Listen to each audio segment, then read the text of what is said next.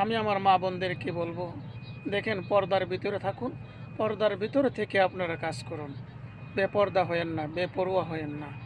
কেননা যেরকমভাবে আল্লাহ আপনাদের উপর পর্দা ফরজ করে দিয়েছেন, আপনারা পর্দাটা মেনটেন করে চলুন, তাহলে আপনাদেরই উপকার হবে।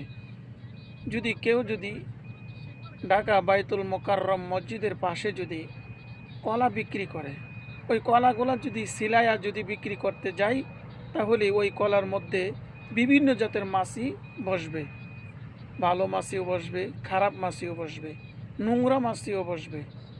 তাহলে যারা বেপরদা বেপরোয়া চলে, তাদেরকে এরকমভাবে শয়তান পর্যন্ত তাদেরকে উকি ঝুঁকি দিয়ে তাদেরকে দেখে, তাদেরকে লানত দেয়।